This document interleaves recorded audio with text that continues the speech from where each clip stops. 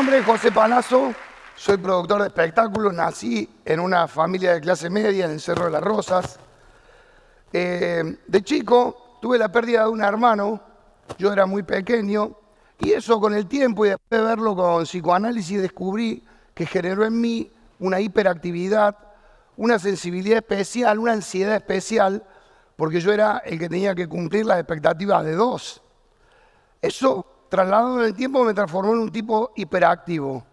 Soy hijo de la educación pública, me recibí en el Colegio Zorrilla, después en el Honorable Colegio Nacional de Montserrat y finalmente me recibí de abogado y en este lugar mi papá, 2 años después que me recibí, me dio el título de abogado. Tenía poca guita y no quería gastar en dos, así que él se quedó con el de procurador y yo con el de abogado. Empecé en la música por una gran pasión, mi mamá me regaló un bajo, empecé a tocar, pero siempre sentí que la música era lo que yo quería. Y a los 13 años, en Atenas vi a Charly García bajarse de un auto e ir a hacer la prueba de sonido y dije, quiero eso, lo quiero para el resto de mi vida. La música me conmueve, me sana, me encanta. Y empecé una vez que había pasado por otros trabajos como corporativo, había hecho televisión, empecé a producir espectáculos. Dentro de lo que era mi vida, tuve un pequeño percance, de todos los percances que van a escuchar y de todos me fui levantando. Y fui aprendiendo algo. Muchas veces aprendí y me volví a equivocar. Fui papá a los 20 años, no estaba en los planes y no me imaginé eso. Entonces tuve que empezar a trabajar muy joven.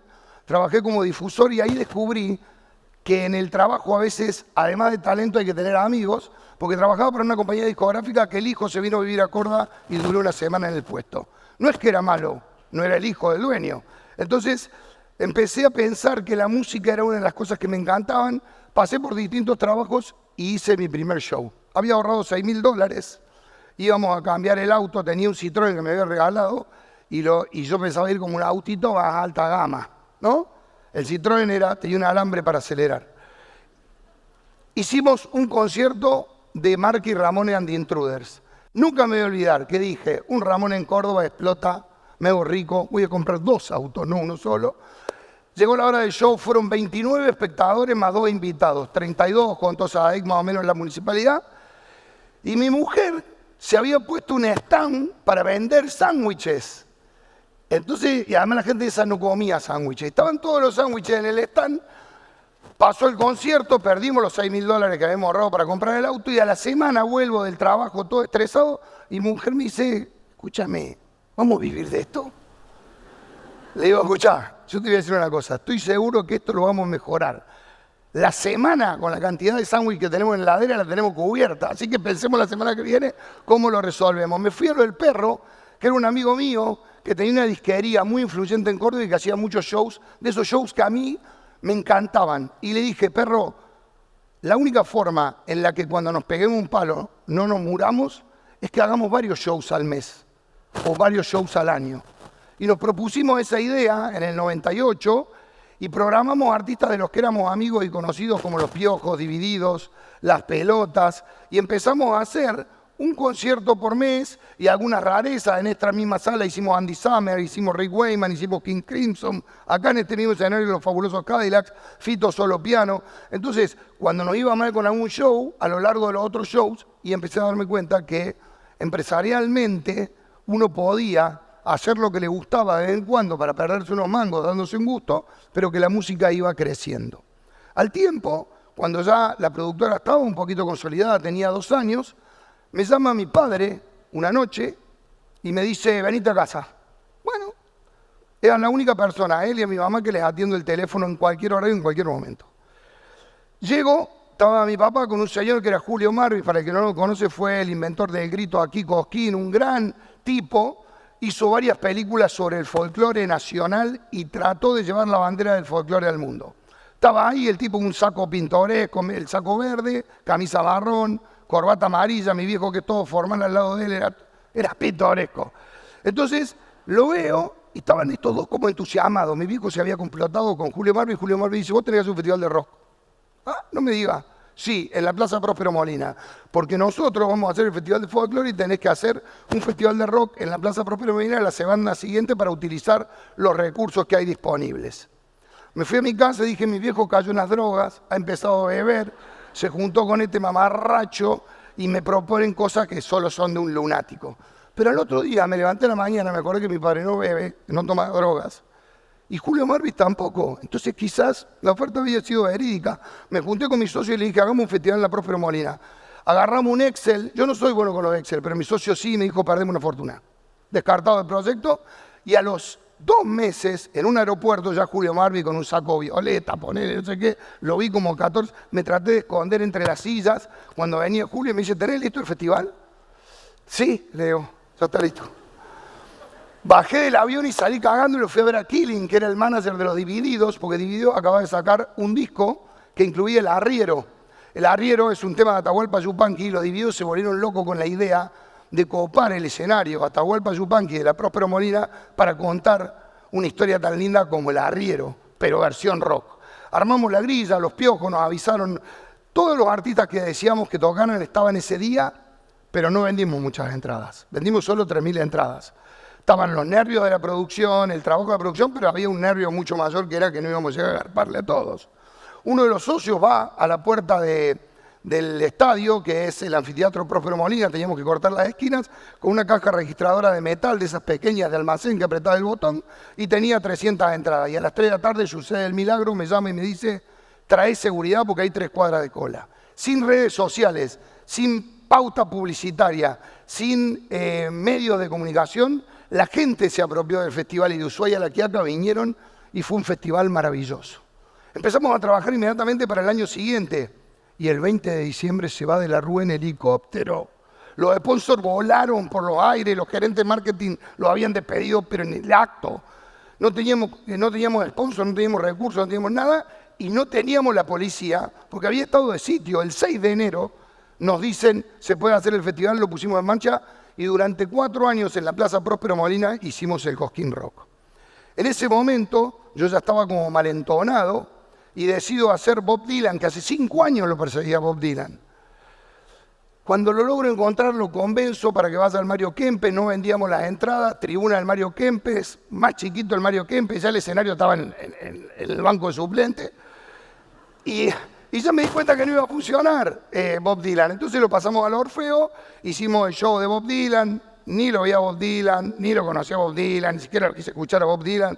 Perdí una fortuna. Yo venía ya golpeado porque la vicisitud de lo que estaba pasando y encima y pierdo una guita importante. Ahí dije, acá toqué fondo, termino con este espectáculo y encima, al mes, me tocó escuchar un recital entero de Arjona. Pero vendió 19.000 entradas Arjona. Entonces acomodó un poquito, ¿no? El esfuerzo de escucharlo con lo que fuimos generando. Acomodamos la compañía y entendimos, una vez más, que muchas veces las cosas que a mí me gustaban no tenían el mercado que necesitábamos para poder pagar los costos que eso significaba. Me volví a parar y en el 2004 sucede un milagro que se explota la Plaza Próspero Molina, hay 50.000 personas afuera, tenemos muchos problemas y en el año 2005 nos echan como un perro de Cosquín, pero no con una mala intención, sino con el objetivo de que otro empresario hiciera el festival y nosotros decidimos hacerlo, recorrimos todo el Valle de Punilla hasta que finalmente en San Roque compramos un pequeño terreno e hicimos esa edición de Cosquín Rock, que después de tanto sufrimiento dijimos va a salir perfecta y Charly García llegó 11 horas tarde. Las entradas eran gratis, 70.000 personas, y yo había ido a la casa de Charly, lo había convencido que íbamos a hacer una cosa maravillosa, que era Charly al atardecer, y después la película de Stanley Kubrick, Odisea del Espacio. Puso primero la de Stanley Kubrick, antes de llegar, estaba en Palermo, la gente creía que era la intro, después de 1 hora y media, la gente no entendía nada, eran las 2 menos cuarto de la mañana, llega Charly, lo tuvimos que traer contramano, y dije, nunca más voy a contratar a este tipo. No sé si está presente mi padre en la sala, pero se lo juré a él, nunca más lo voy a traer a Charly García. Hoy es uno de mis mejores amigos y lo amo, pero en ese momento dije eso. Una vez que nos sucede eso, también empezamos con problemas, nos tuvimos que ir de San Roque y finalmente nos instalamos y ya estamos instalados en Santa María de Punilla, donde nos han ido sucediendo maravillosas cosas. Cumplimos 25 años, es el festival más longevo de rock de Latinoamérica.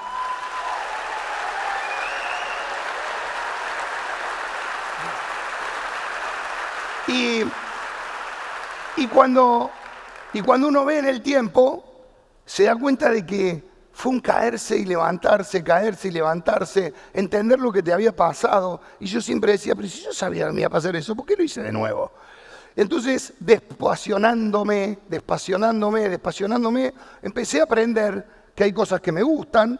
Un amigo me dijo, che, si querés traerlo a Bob Dylan, te conviene comprarte un avión privado, ir a verlo y vas a perder menos plata que si lo traes a tocar acá.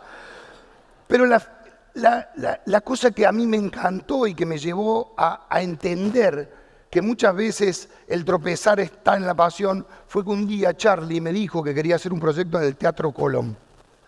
Y me dijo, yo quiero, esto lo entendí recién ahora cuando empecé a hacer la charla de TEDx, yo quiero que la banda eléctrica toque de este lado y la banda orquestal toque de este lado. Tenía la presión de que Gustavo Cerati había hecho 11 episodios sinfónicos con una orquesta y quería tocar en el Colón.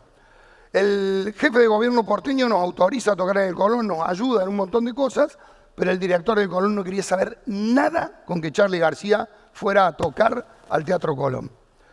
Tenía antecedentes como para preocuparse, pero la realidad es que Charly había proyectado esto. Contratamos un director buenísimo que se llamaba Terán y 10 días antes del evento, con todo preparado, Joe Blaney vino a grabar eso, me dice Charly, despedí la orquesta.